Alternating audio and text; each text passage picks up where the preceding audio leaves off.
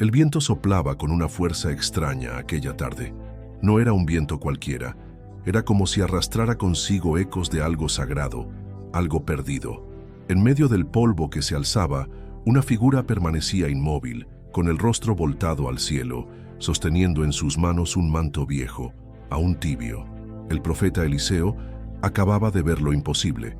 Su maestro, Elías, había desaparecido entre fuego y torbellinos, y el cielo había sellado un pacto silencioso sobre sus hombros. ¿Alguna vez te sentiste solo justo después de recibir una misión que parece grande demais para ti? ¿Ese el peso del llamado viniera acompañado de milagros y también de peligros que nadie te advirtió? Eliseo no era un rey, tampoco un general. Era apenas un hombre que dijo sí cuando nadie más se atrevía. Su historia no comienza en un trono, sino detrás de un arado. Pero fue esa obediencia silenciosa la que lo llevó a presenciar lo sobrenatural. Lo que muchos no saben es que los milagros que hizo no fueron solo señales, sino advertencias. Cada acto, cada palabra, cada gesto suyo tenía un propósito oculto. No eran solo historias para recordar, sino claves para entender lo que vendría. Si esta historia tocó tu corazón, no te vayas sin dejar una señal. Suscríbete para seguir descubriendo el poder escondido detrás de cada relato bíblico. Cada semana compartimos enseñanzas que fortalecen tu fe, responden tus preguntas y te acompañan en tu caminar espiritual. Cuéntanos en los comentarios. ¿Has vivido momentos donde solo la intervención de Dios pudo cambiarlo todo? Tu testimonio puede inspirar a alguien más. Comparte este video con amigos y familiares que, como tú, saben que la fe no tiene edad, pero sí profundidad. Gracias por estar aquí. Nos vemos en el próximo capítulo, donde cada historia antigua sigue hablando con poder hoy. Y hoy, siglos después, esas claves siguen vivas, pero pocos se atreven a buscarlas. Acompáñanos, porque lo que estás a punto de descubrir sobre Eliseo, el profeta de lo imposible, podría cambiar la forma en que ves la fe, el poder y tu propio destino. Nadie lo esperaba, nadie lo había anunciado. No hubo truenos ni relámpagos, solo un gesto simple, un manto cayendo sobre unos hombros llenos de polvo. Eliseo estaba en medio del campo, rodeado de tierra, sudor y animales. No oraba por un milagro, no suplicaba una señal, solo cumplía su tarea diaria, guiando a los bueyes de su familia, repitiendo los mismos pasos de cada día. Pero fue justo ahí, en la rutina, en el silencio, donde su vida dio un giro eterno. El profeta Elías, conocido por enfrentar reyes y hacer llover fuego del cielo, se acercó sin una palabra, colocó su manto sobre Eliseo y siguió caminando. Nada más, ninguna explicación, ninguna promesa, solo una invitación muda que lo decía todo. Y entonces Eliseo entendió. No hizo preguntas, no pidió garantías. Corrió detrás del hombre de Dios, dejando atrás el arado, los animales y los restos de una vida normal. Pidió apenas algo: despedirse de sus padres. Pero incluso ese momento fue corto. Eliseo sacrificó sus bueyes y quemó el equipo con el que trabajaba. Cocinó la carne y la compartió con su gente. Fue su manera de decir: no hay vuelta atrás. ¿Quién quema sus herramientas sin saber a dónde va? ¿Quién abandona todo por un manto y una mirada? Eliseo no escuchó una voz del cielo, tampoco tuvo una visión. Su llamado fue silencioso, pero no menos sagrado. Fue ese tipo de llamado que exige fe antes de cualquier certeza. El tipo de elección que revela lo que hay en el corazón, no en la boca. Durante años, caminó al lado de Elías. Aprendió en el desierto, observó en silencio, sirvió sin títulos. Muchos no sabían su nombre, pero Dios sí. Lo estaba formando cuando nadie lo notaba. No hay registros de que haya hecho milagros durante ese tiempo. No hay palabras suyas registradas. Solo pasos. Pasos firmes detrás de un profeta que muchos temían. Mientras Elías desafiaba reyes, Eliseo cargaba agua. Mientras su maestro hablaba con fuego, él escuchaba en silencio. Y ese silencio era su escuela. Un día, Elías le dijo: «Quédate aquí». Pero Eliseo no se detuvo. Respondió: «Vive Jehová, y vive tu alma, que no te dejaré». Esa frase no venía de obstinación, sino de convicción. Sabía que algo mayor se acercaba. No entendía todo, pero sentía el peso de lo que venía. Aquel viaje final los llevó por lugares simbólicos: Gilgal, Betel, Jericó y finalmente el Jordán. Cada sitio tenía una historia, una memoria sagrada. Pero Eliseo no iba en busca de historia, iba en busca de propósito. En cada parada, otros profetas se le acercaban y le decían: ¿sabes que hoy el Señor quitará a tu maestro? Y él respondía: sí, lo sé, callad. No quería distracciones, no quería voces humanas confundiendo lo que el cielo estaba construyendo en su interior. Y cuando el momento llegó y el cielo se abrió en fuego y torbellinos, no corrió, no se escondió, no lloró de miedo, gritó con el alma: Padre mío, carro de Israel y su gente de a caballo. Era un grito que mezclaba dolor, admiración y legado. El manto volvió a caer. Esta vez, Eliseo no lo recibió como un extraño, lo tomó como su herencia, no solo de un hombre, sino de una misión. Y entonces algo cambió, no por el manto en sí, sino por lo que simbolizaba.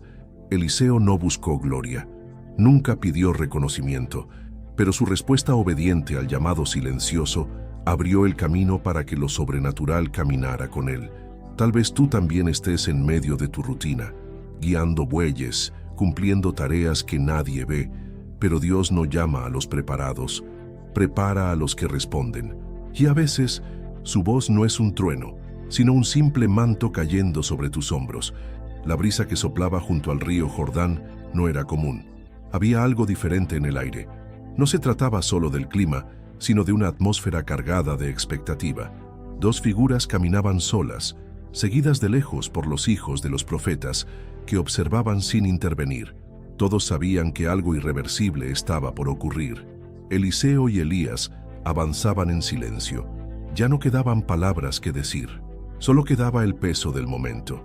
Elías se detuvo, miró a su discípulo y por primera vez le dio la oportunidad de pedir algo.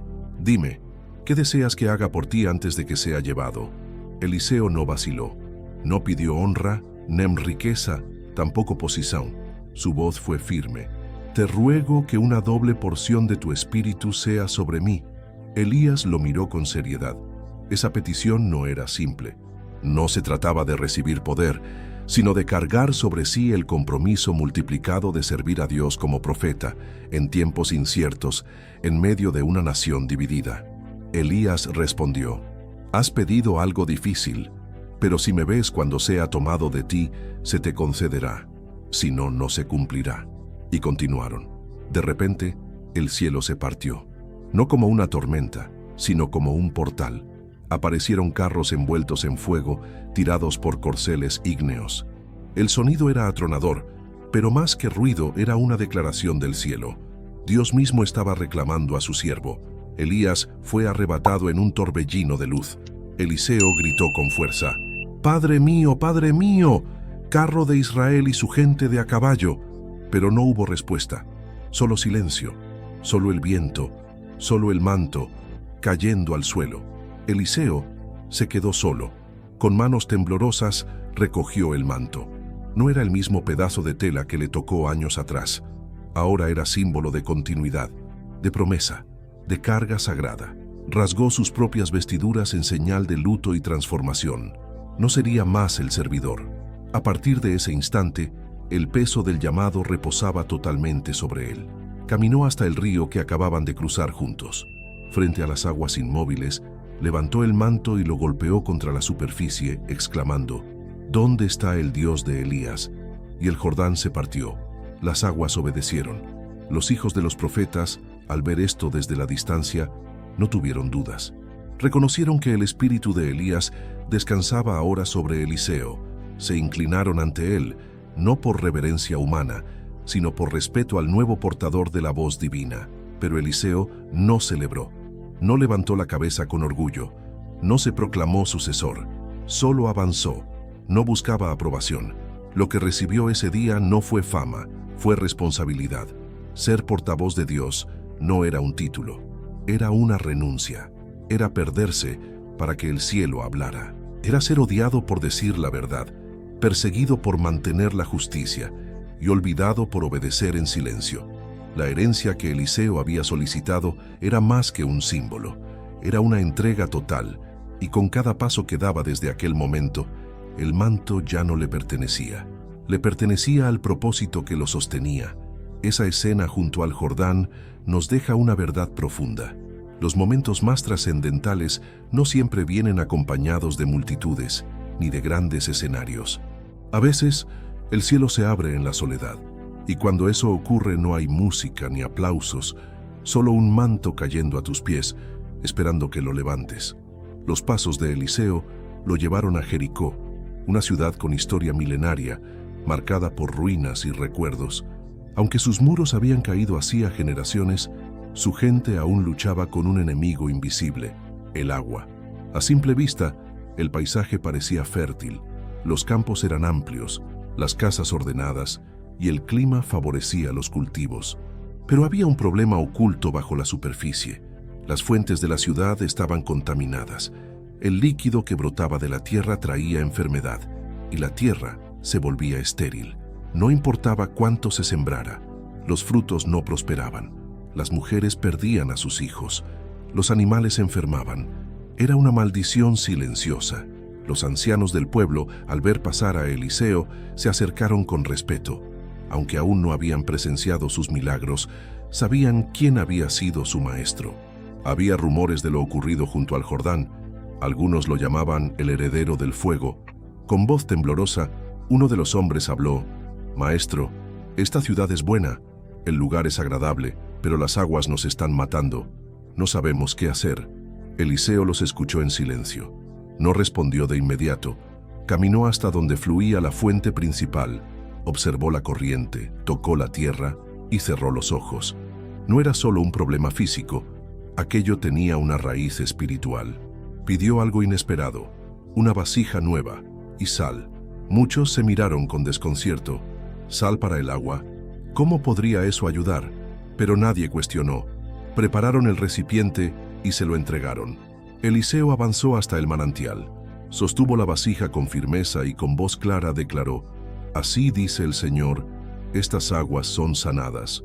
No habrá más muerte ni esterilidad en ellas». Derramó la sal en el punto de origen y el milagro se selló. No hubo explosiones.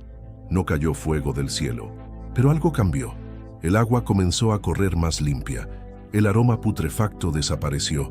Las plantas cercanas parecían más vivas. El aire se volvió ligero. Era como si la tierra respirara de nuevo. La noticia se esparció rápidamente. La gente acudía con cántaros para probar. Las mujeres daban gracias. Los niños reían. Lo que por años había sido maldición, ahora era bendición.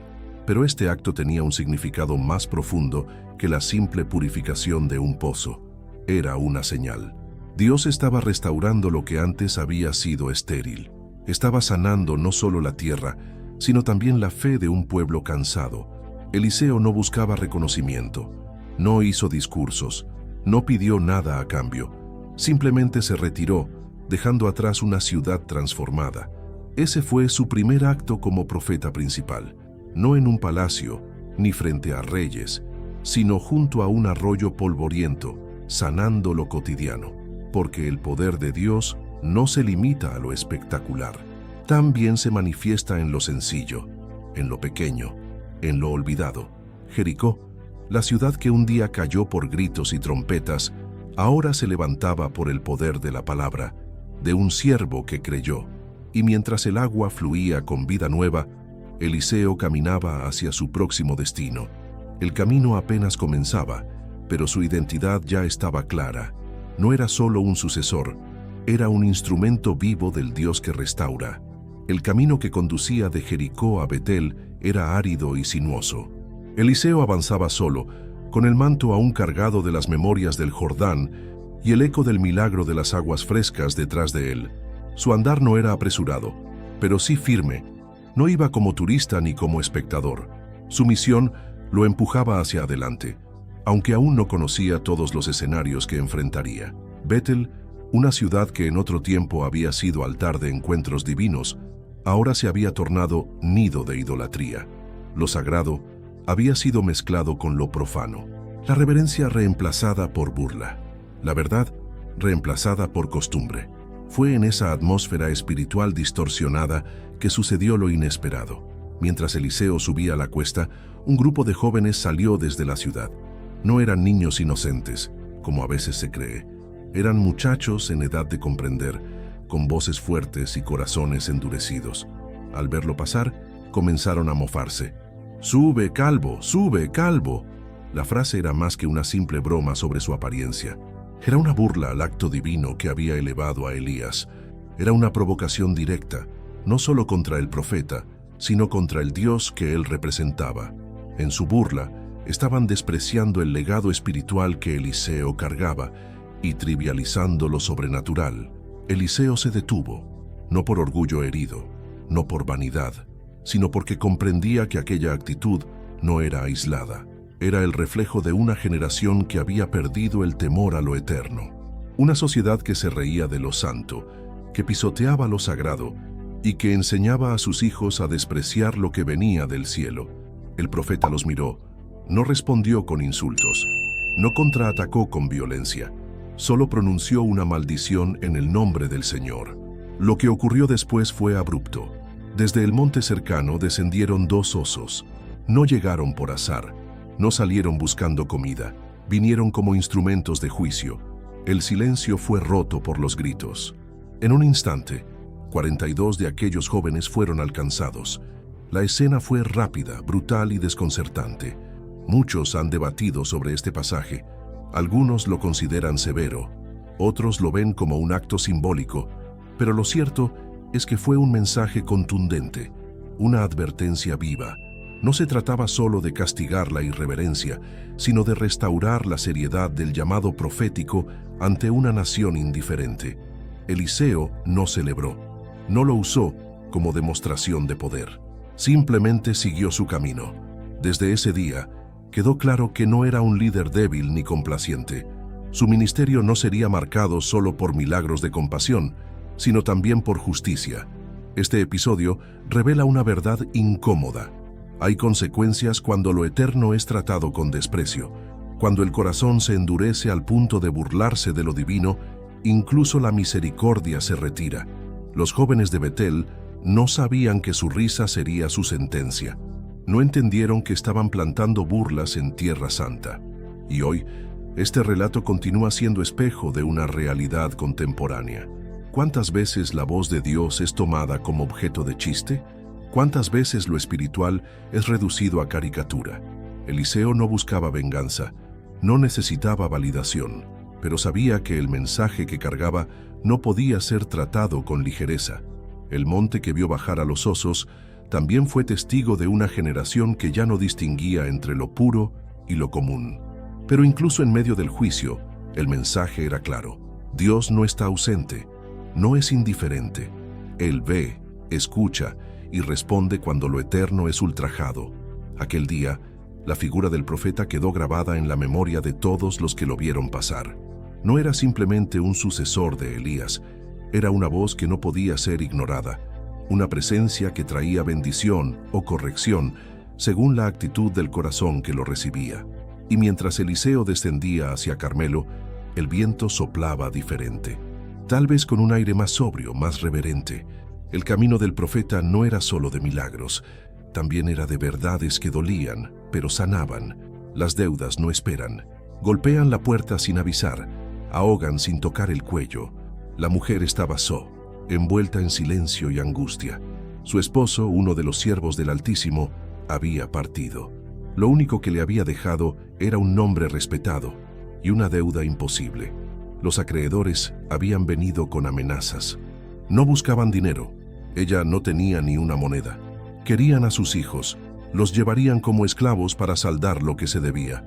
La viuda miró sus manos vacías y comprendió que estaba a un paso de perderlo todo. Sin opciones, corrió hacia quien podía representar esperanza, el profeta Eliseo. No fue una petición adornada, no hubo discursos, solo un clamor desesperado. Mi marido servía a Dios, tú lo sabes, pero ahora ha muerto y me quieren arrebatar a mis hijos. Eliseo la miró con compasión. No ofreció oro, Tampoco envió soldados. Le hizo una pregunta que parecía simple, pero escondía una clave. ¿Qué tienes en tu casa? La mujer bajó la mirada. No tenía tierras, ni joyas, ni muebles. Solo un pequeño recipiente con aceite, apenas unas gotas, nada más. Pero para Dios lo poco es suficiente. El profeta le dio instrucciones precisas. Ve a pedir vasijas vacías, tantas como puedas. No te detengas. Luego entra en tu casa, cierra la puerta y empieza a verter el aceite. Llena una tras otra. La mujer no entendía del todo, pero obedeció. Salió por el vecindario, tocó puertas. No pidió pan ni ayuda, solo vasijas. Algunas personas la miraban con extrañeza, pero ella no explicó, solo recolectó. Cuando ya no pudo cargar más, volvió a casa, cerró la puerta con sus hijos y comenzó. Vertió el aceite. La pequeña vasija nunca se vaciaba. Cada recipiente era llenado hasta el borde y el aceite seguía fluyendo, como si el cielo hubiera decidido que esa cocina humilde fuera una fuente inagotable. Uno de sus hijos le alcanzaba otra, y otra, y otra más. Ninguna quedaba vacía, hasta que la última fue llenada. Entonces, el aceite cesó. El silencio que siguió fue diferente. No era de miedo, sino de asombro. La viuda miró su mesa repleta de vasijas brillantes, llenas de algo que ahora tenía valor. Su hogar ya no estaba marcado por la escasez, sino por el milagro. Corrió nuevamente donde Eliseo. Contó lo sucedido. El profeta, sereno, le dijo: «Vende el aceite, paga lo que debes, y vive tú y tus hijos con lo que quede». Aquel día, a través de unas simples instrucciones, Dios rompió el ciclo de miseria que había envuelto a aquella familia. No solo evitó que los niños fueran esclavizados, también les dio un nuevo comienzo. Pero hay algo más profundo en este relato. El milagro no vino del exterior, no llegó de palacio, no dependió de alguien poderoso. Comenzó con lo que ella ya tenía en casa. Aquella pequeña vasija, olvidada en una esquina, fue la semilla de su liberación, y fue en la obediencia, en la acción silenciosa, donde lo sobrenatural se manifestó.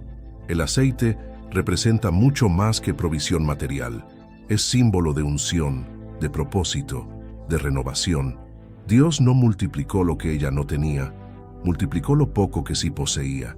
En tiempos de desespero solemos mirar lo que nos falta, pero esta historia nos enseña a mirar con otros ojos, porque a veces la solución no está en lo que nos falta, sino en lo que aún permanece. Eliseo, al actuar con sabiduría y compasión, no solo ayudó a una viuda, fue instrumento para que ella descubriera que, incluso cuando todo parece perdido, la fe, aunque pequeña como unas gotas de aceite, puede llenar más de lo que imaginamos. Eliseo solía viajar constantemente. Su llamado lo llevaba de aldea en aldea, proclamando esperanza, corrigiendo injusticias y anunciando la voluntad divina. No tenía casa propia ni lujos, solo su manto, su fe y el propósito que lo impulsaba. Fue en uno de esos trayectos que llegó a una pequeña región llamada Sunem. No era una ciudad importante ni estratégica. Sin embargo, en ese lugar vivía una mujer notable. No por su posición social ni por su riqueza, aunque tenía ambas cosas. Era notable por su discernimiento espiritual. Desde la primera vez que vio al profeta pasar frente a su casa, sintió que no se trataba de un hombre común.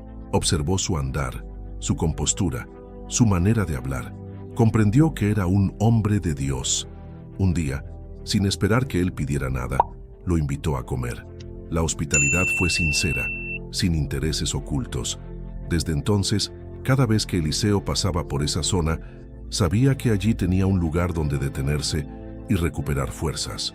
Con el tiempo, la relación se hizo más cercana. La mujer, junto a su esposo, decidió construir un pequeño aposento en su casa, una habitación sobre la azotea, con una cama, una mesa, una silla y una lámpara. Nada extravagante, solo lo esencial, pero cada detalle expresaba honra, cuidado y una comprensión espiritual profunda. Eliseo, conmovido por esa generosidad sin condiciones, sintió el deseo de retribuir. Llamó a su sirviente, Giezi, y le preguntó: «¿Qué podemos hacer por ella? ¿Necesita algo ante el rey? ¿Alguna petición especial?».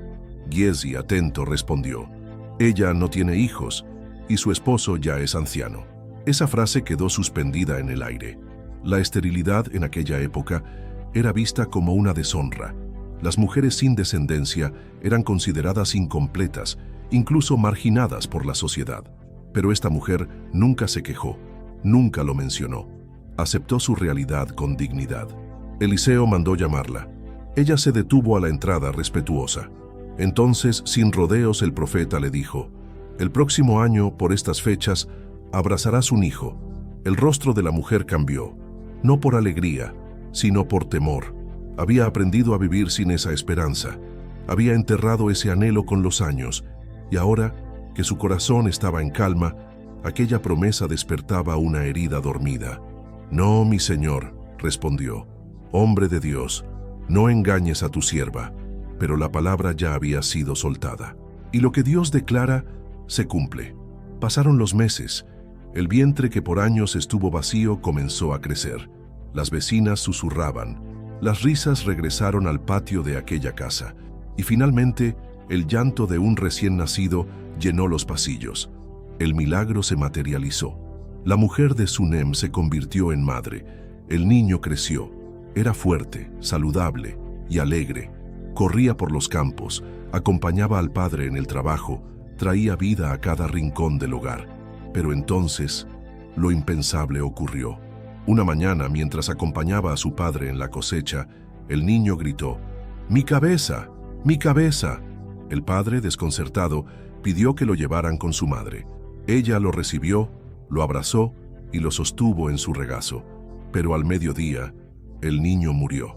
El milagro que había traído tanta alegría, ahora era causa de dolor. El corazón que antes no esperaba nada, ahora sangraba por haberlo tenido todo y perderlo. Pero la mujer de Sunem no se hundió en la desesperación. Con decisión subió al cuarto donde Eliseo solía hospedarse. Colocó el cuerpo del niño sobre la cama del profeta. Cerró la puerta. No gritó, no llamó a las vecinas, no preparó un funeral, preparó un viaje. Pidió a su esposo un asno y un criado y dijo: «Voy a ver al hombre de Dios». «¿Por qué hoy?», preguntó él. «No es día de fiesta, ni sábado». «Todo está bien», respondió ella, sin dar más explicaciones. El camino fue largo, el corazón pesaba, pero no permitió que nada la distrajera. Cuando Jesse la vio venir, corrió a su encuentro. Le preguntó si todo estaba bien con ella, con su esposo, con el niño. Ella repitió: «Todo está bien». Pero cuando vio a Eliseo, se arrojó a sus pies. Su alma no podía contener más. El dolor, la fe, la indignación, todo estalló en un solo acto. «¿Acaso te pedí un hijo, señor mío? ¿No te dije que no me dieras falsas esperanzas?». Eliseo entendió. De inmediato, le dio su bastón a Jesse y lo envió adelante para colocarlo sobre el rostro del niño. Pero la madre no se movió. Se aferró a Eliseo con una determinación inquebrantable. «No me apartaré de ti». El profeta, conmovido por su fe y su firmeza, se levantó y la acompañó. Cuando llegaron a la casa, el niño yacía inmóvil, tal como lo habían dejado.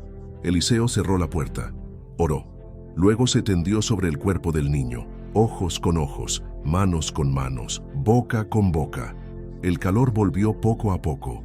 El profeta se levantó, caminó, volvió a acercarse. Finalmente el niño estornudó 7 veces y abrió los ojos. Eliseo llamó a la madre. «Toma a tu hijo», dijo con voz serena. Ella no gritó, no corrió, cayó de rodillas, tocó el suelo, agradeció. Después, lo abrazó. Aquel día, la promesa que parecía imposible fue confirmada. El Dios que da vida también la restaura. La mujer de Sunem no solo recibió un hijo, recibió una revelación. Lo que Dios entrega, Él mismo sostiene el cuarto en la azotea, construido con amor para recibir al profeta. Ahora era testigo de un drama sagrado. En aquella pequeña habitación, que alguna vez había ofrecido descanso, yacía el cuerpo sin vida de un niño. No era cualquier niño, era el hijo prometido, el milagro que había alegrado el corazón de una madre que ya no esperaba nada. La mujer de Sunem, llena de fe, había depositado al niño sobre la cama de Eliseo. No organizó un entierro, no llamó a vecinas para llorar. En vez de eso, viajó hasta encontrar al hombre de Dios. Su silencio en el camino era grito de esperanza. Ella no se resignó, no aceptó la muerte como final. Eliseo entró solo en la habitación, cerró la puerta. Allí, a solas con el niño y con Dios, comenzó una lucha que no era visible a los ojos humanos. El profeta se arrodilló. No hubo espectáculo, solo oración, un clamor silencioso, un ruego profundo. Luego se tendió sobre el cuerpo del niño. Su rostro tocó el rostro inerte. Sus manos cubrieron las manos pequeñas. Su pecho se apoyó sobre el del muchacho. Era como si quisiera transmitir no solo calor, sino vida. Pasaron los minutos.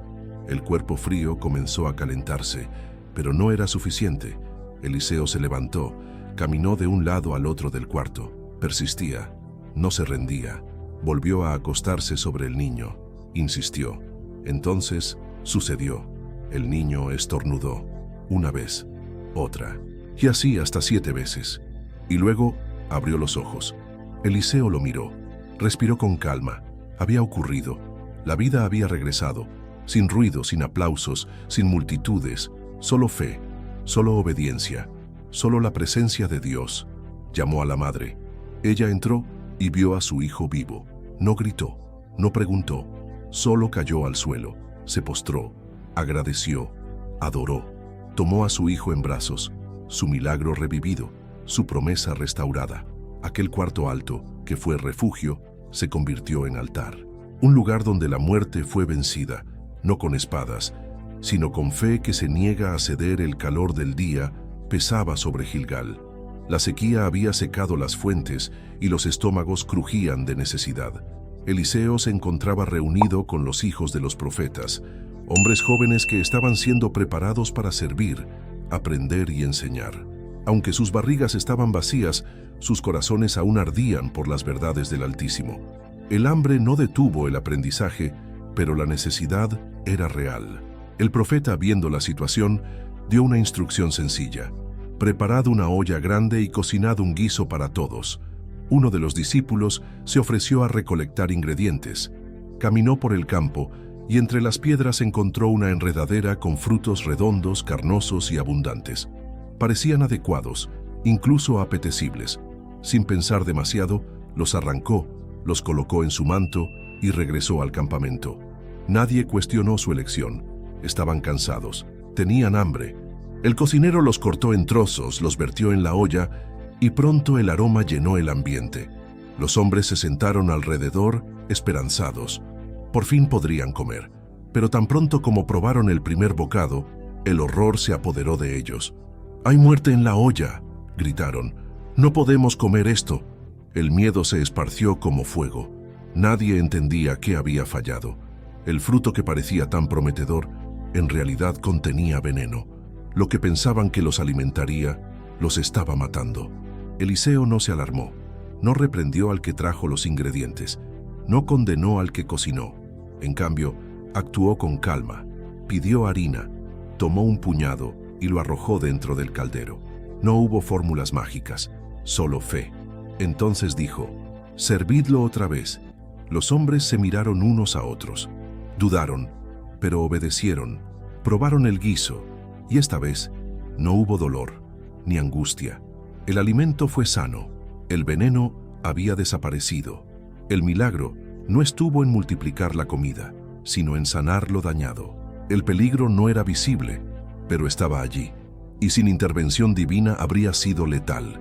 Este relato es más que una anécdota de supervivencia. Es una metáfora profunda sobre discernimiento, confianza y restauración. ¿Cuántas veces recogemos cosas que parecen buenas, pero llevan dentro un mal oculto? En la vida, muchas veces, el error no está en la intención, sino en la falta de cuidado. El joven no quiso dañar, pero su ignorancia casi les cuesta la vida a todos.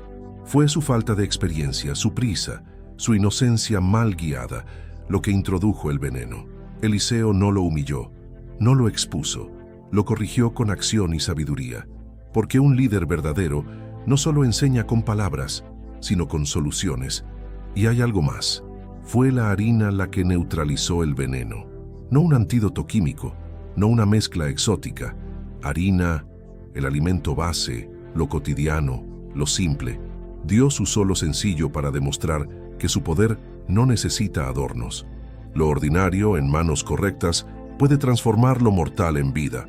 Tal vez hoy haya venenos invisibles en tu entorno, palabras disfrazadas de verdad, decisiones precipitadas, consejos errados, emociones sin filtrar, y como el fruto en el campo, parecen inofensivos pero corrompen lo esencial. ¿Y si lo que estás cocinando está contaminado? ¿Quién tienes a tu lado que pueda discernirlo? ¿Quién puede arrojar la harina de la verdad sobre tu olla antes de que sea tarde? Este episodio nos recuerda que incluso en medio del error hay redención, que lo que parece perdido puede ser recuperado, que lo que fue dañado puede ser restaurado. Pero para eso, hay que dejar que el profeta actúe, hay que permitir que lo divino toque lo humano.